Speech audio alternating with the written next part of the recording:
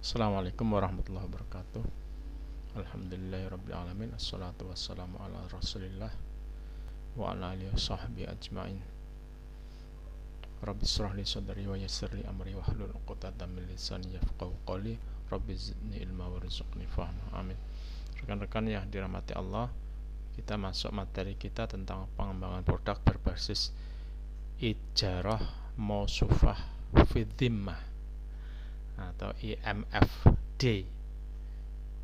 Kalau di buku-buku internasional tuh biasanya IMFZ, karena orang-orang Melayu biasanya jarang bisa melafadzkan dal. Mereka biasanya bisa melafadzkan zal. Jadi ijarah mausufah fi dhimmah biasanya. Nah, produk ini dikenal dengan forward list. Jadi forward list itu sewa, tapi secara forward itu bisa jadi begini. Forward itu kan untuk masa yang akan datang. Jadi intinya sebenarnya ini menurut saya inovasi dalam dunia perbankan syariah, dimana kalau di perbankan konvensional ini juga produk seperti ini mungkin sudah lumrah dengan instrumen bunga, pokoknya ada bunganya saja. Tapi kalau di syariah itu kan tidak bisa begitu. Di syariah itu kan satu produk itu harus dicari atau disesuaikan dengan fikihnya. Maka ini ada fikih yang bagus menurut saya untuk perkembangan perbankan syariah saat ini dan masa depan menurut saya. Jadi saya tidak akan menjelaskan ini sampai panjang lebar ya, silahkan dibaca. Intinya begini. Jadi saya contohkan misalnya begini ya, ada satu pengembang yang membangun rumah misalnya, atau kalau di TV itu iklan Agung Podomoro. Agung Podomoro itu misalnya membangun Teluk Jakarta yang direklamasi itu ya. Itu kan teluknya aja baru diuruk gitu. Tapi dia sudah menjual gambar. Gambarnya itu gambar ruko, gambar rumah dengan segala macam fasilitasnya, dengan segala macam kemudahannya. Ada fasilitas misalnya nyebrang laut dengan mudah sehingga bisa sampai Tamrin dalam berapa puluh menit gitu aja, atau sampai bandara kurang dari 1 jam misalnya begitu ya. Wah, itu diiklankan semuanya, padahal itu teluknya baru diuruk gitu. Jadi pulaunya itu baru dibuat itu.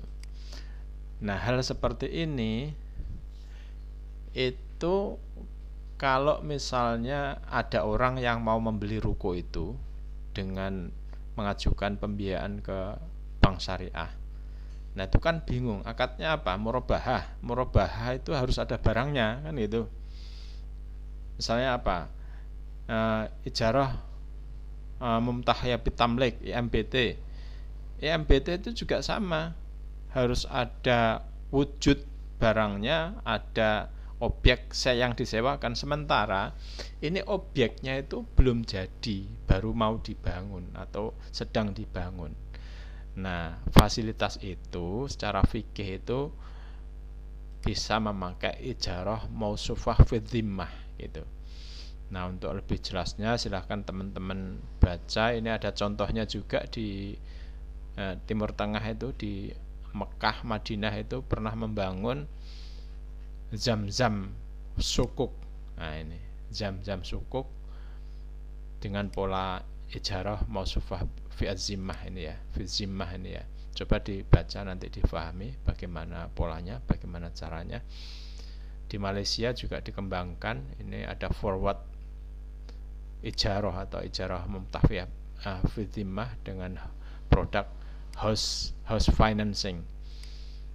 Nah, ini di Malaysia udah lama. Jadi ada forward ijarah portion, dan ini gabungan antara forward ijarah dengan musyarakah mutanakisah gitu.